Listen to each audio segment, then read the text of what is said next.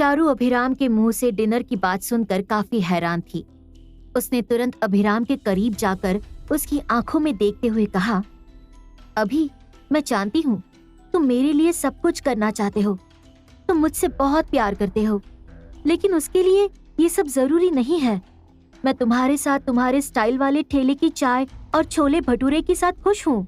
मुझे पता है कि कुछ दिन से जो कुछ चीजें हो रही हैं उस वजह से तुम काफी परेशान हो।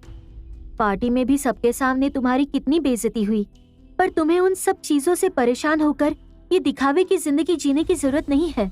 मुझे तुम ऐसे ही सिंपल और उन सब झूठ फरेब से दूर ही अच्छे लगते हो।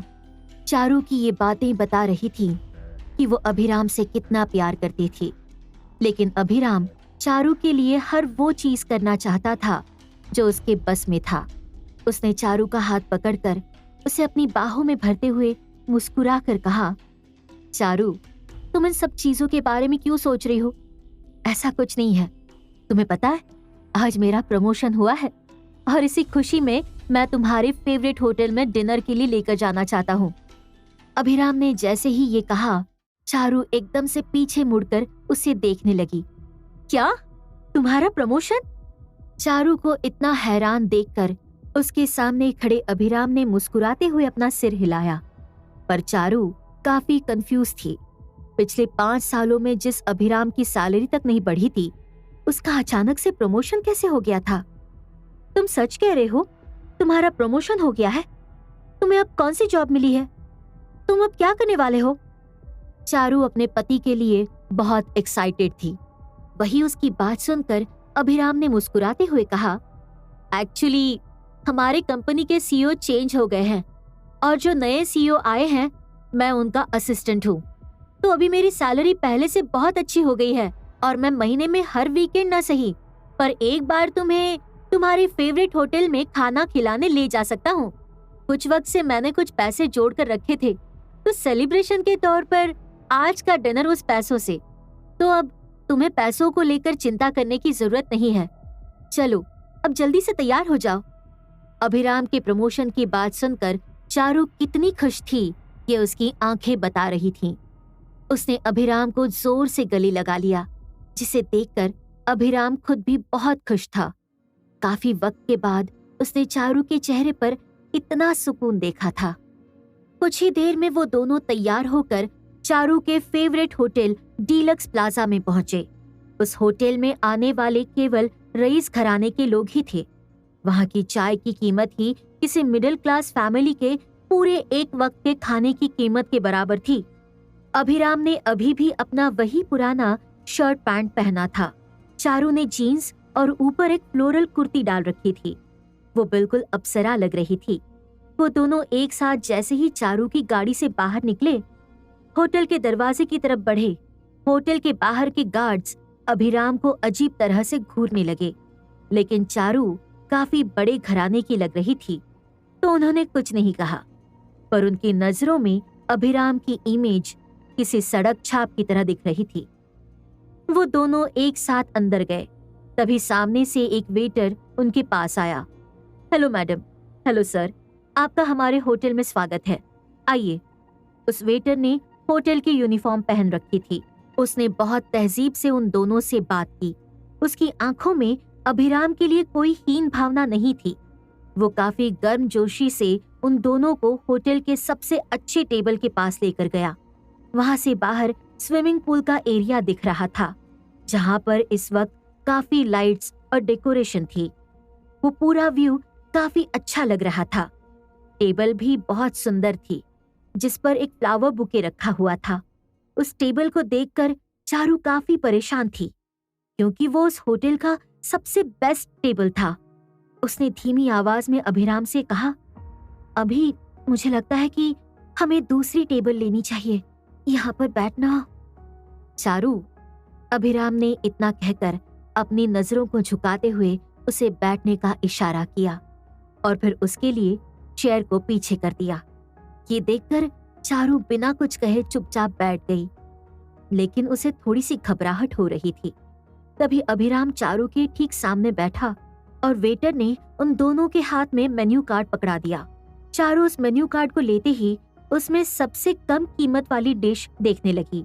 पर इससे पहले कि वो कुछ ऑर्डर करती, अभिराम ने वेटर से कहकर चारू का फेवरेट कॉन्टिनेंटल फूड ऑर्डर किया, जिसकी कीमत देखते ही चारू एकदम हैरान हो गई। वेटर अभिराम से ऑर्डर लेकर जा चुका था, जिसके जाते ही चारू ने अभिराम का हाथ पकड़कर परेशान होते हुए कहा, अभी तुमने वो डिशेस ऑर्डर क्यों की? उसकी कीमत देख रहे हो ना तुम? हम यहाँ नॉर्मल सा डिनर भी कर सकते हैं। चारू, आज कुछ भी नॉर्मल नहीं होगा। आज सब कुछ तुम्हारी पसंद का होगा। तुम टेंशन मत लो, सारी चीजें मैं संभाल लूंगा, अभिराम ने मुस्कुरा कर कहा। जिसके बाद चारू काफी परेशान बैठी थी। कुछ ही देर में उनका खाना टेबल पर आया। उनके टेबल पर ढेर सारे डिशेस वेटर ने लाकर सजा दी थीं। वो सब एक से बढ़कर एक दिख रही थी। ये देखकर अभिराम ने चारू को अपना डिनर करने के लिए कहा। उन दोनों ने बात करते हुए अपना डिनर खत्म किया। फिर अभिराम ने वेटर को बिल लाने के लिए कहा, जिसकी बात सुनकर एक वेटर बिल के साथ उनके पास आया। सर, ये रहा आपका बिल। चारू ने जैसे ही उस बिल को देखा, उसकी आंखें एक पल के लिए बाहर आ गई। वो बिल कुछ 80,000 का था। ये देखकर चारू काफी सोच में पड़ी थी। पर अभिराम ने जैसे ही पेमेंट करने के लिए अपना डेबिट कार्ड अपनी जेब से निकाला, उस वेटर ने पेमेंट लेने से मना कर दिया। आई एम सॉरी सर, लेकिन आपकी पेमेंट हो चुकी है। आई होप कि आप दोनों ने डिनर एंजॉय किया होगा। क्या पेमेंट हो गई? चारू एकदम से हैरान होकर खड़ी हो गई कि आखिर उन दोनों के खाने की पेमेंट किसने की थी। वही अभिराम भी काफी कंफ्यूज था। आपको हमारे खाने की पेमेंट किसने की? I am really sorry sir, पर हम डिटेल्स नहीं बता सकते। पर जिन्होंने पेमेंट की है, उन्होंने कहा है कि वो सर को जानते हैं, वो इनके दोस्त हैं। वेटर इतना कहकर वहां से चला गया। उसके जाने के बाद चारू सवालिया नजरों से अभिराम को घूरने लगी। वही अभिराम भी काफी कंफ्यूज था कि आखिर ये सब किसने किया होगा। अभी, क्या तुम्हारा कोई ऐसा दोस्त है जिसे मैं नहीं जानती हूँ? चारू अभिराम के सभी दोस्तों को जानती थी। वो सब अभिराम की तरह ही अपनी जिंदगी की जरूरतों को पूरा करने में लगे थे। ऐसे में 80,000 का बिल एक ही बार में पे करना किसी के भी बस की बात नहीं थी। अभिराम के पास भी इस सवाल का कोई जवाब नहीं था। तभी चारू ने थोड़ा सोचते हुए कहा, अभी मैं वॉशरूम होकर आती हूँ। चारू इतना कहकर वहां से वॉशरूम के लिए निकल गई। तभी अभिराम मौका पाकर उस वेटर के पास आया और उसे पकड़कर अपने साथ अपनी टेबल के पास ले आया। क्या तुम अब बताओगे कि ये पेमेंट किसने की है? अभिराम की बात सुनकर वेटर ने उसे जवाब देने से मना किया।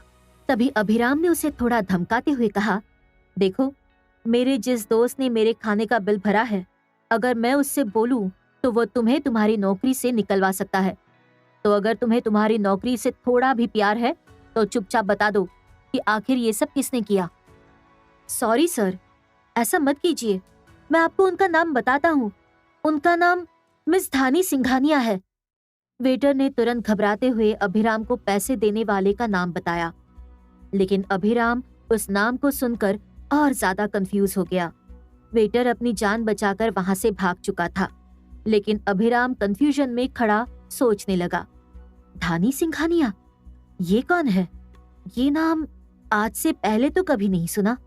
तो फिर इस लड़की ने मेरे दोस्त होने का झूठ क्यों कहा और मेरे खाने का बिल पे क्यों किया?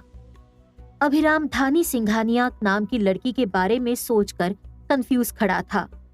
उसे सोचने से भी याद नहीं आ रहा था कि वो ऐसी नाम की किसी लड़की को कभी जानता था भी या नहीं। इधर दूसरी तरफ चारू वॉशरूम में शीशे के सामने खड़े होकर अपने हाथ धो रही थी कि तभी अचानक वॉशरूम के अंदर से एक काफी स्टाइलिश लड़की बाहर निकली।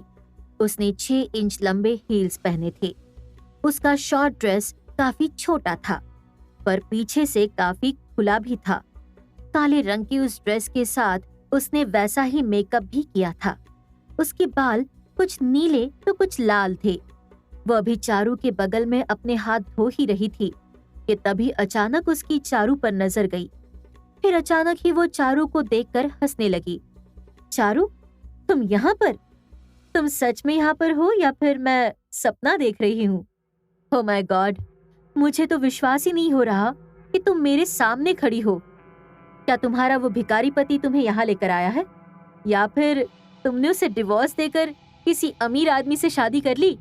क्योंकि तुम्हारे उस पति की सैलरी में यहाँ आना तो नामुमकिन है। तुम तो कभी इस जगह को देख भी नहीं पाती होगी, तो फिर यहाँ पर खाना कहीं खुद के पैसों से तो नहीं ले आई उसे? वो लड़की चारू को देखकर बस पागलों की तरह हंसे जा रही थी। तभी चारू ने उसे देखकर रूखेपन से जवाब दिया, करिश्मा, तुम काफी दिनों बाद मिली, लेकिन तुम आज भी बिल्कुल वैसी ही हो जैसे कॉलेज में थी, बिल्कुल भी नहीं बदली। चारू ने अभी इतना ही कहा था कि तभी उसके सामने खड़ी उस लड़की करिश्मा ने चारू को नीचा दिखाते हुए कहा, नहीं चारू, तुम यहाँ पर थोड़ी सी गलत हो। तुम्हारी शादी के कुछ दिनों बाद मेरी भी शादी हो गई, पर फर्क इतना है कि मेरा पति तुम्हारे पति जितना भिखारी नहीं है। तुम जानती हो, मेरा पति बहुत अच्छी जगह पर जॉब करता है और वो मुझे हर वीकेंड ऐसे होटल में खाना खिलाने ले आ सकता है। ये सब मेरे लिए बहुत आम सी चीज है, पर तुम्हारे लिए तो ये सब सपने जैसा होगा ना? सच बताओ, तुमने क्या सोचकर उस भिखारी से शादी की? वैसे तो तुम खुद को मुझसे भी ज्यादा खूबसूरत और पूरे कॉलेज कैंपस की हूर परी कहती थी। हर लड़का तुम्हें प्रपोज करता था और तुम्हारे साथ डेट पर जाने की कोशिश करता था, पर तुमने एक सड़क चलते भिखारी से शादी कर दी। तुम्हें पता है, तुम हमारे कॉलेज के पूरे ग्रुप के सामने एक मजाक बन गई हो। पहले तुम्हारा नाम लेकर लड़कियां काफी जलती थी और लड़के आहें भरते थे, पर अब सब तुम्हारा नाम लेकर मजाक बनाते हैं। तुम अब सिर्फ मजाक का टॉपिक रह गई हो। वैसे तुम्हारा वो पति कहाँ है? यहीं पर है क्या? करिश्मा, मुझे तुम्हारे इस टिपिकल गॉसिप में शामिल नहीं होना, मुझे देर हो रही है। चारू इतना कहकर अपना बैग लिए वॉशरूम से बाहर निकले। उसने करिश्मा को फिर मुड़कर देखा तक नहीं, लेकिन करिश्मा को चारू की हालत देखकर हंसी आ रही थी। यहाँ अभिराम उसके खाने का पैसा देने वाली लड़की के बारे में सोच रहा था। तभी चारू कुछ परेशान सी उसके पास आई। अभी चलो घर चलते हैं, मुझे यहाँ पर कुछ अजीब लग रहा है। चारू के चेहरे को देखते ही अभिराम समझ गया कि कुछ गड़बड़ थी। क्या हुआ चारू, सब ठीक तो है ना? तुम्हारी तबीयत वो ठीक है? डॉक्टर के पास चले? नहीं अभी, उसकी कोई जरूरत नहीं है। बस यहाँ पर कुछ ऐसे लोग हैं जिन्हें मैं नहीं देखना चाहती।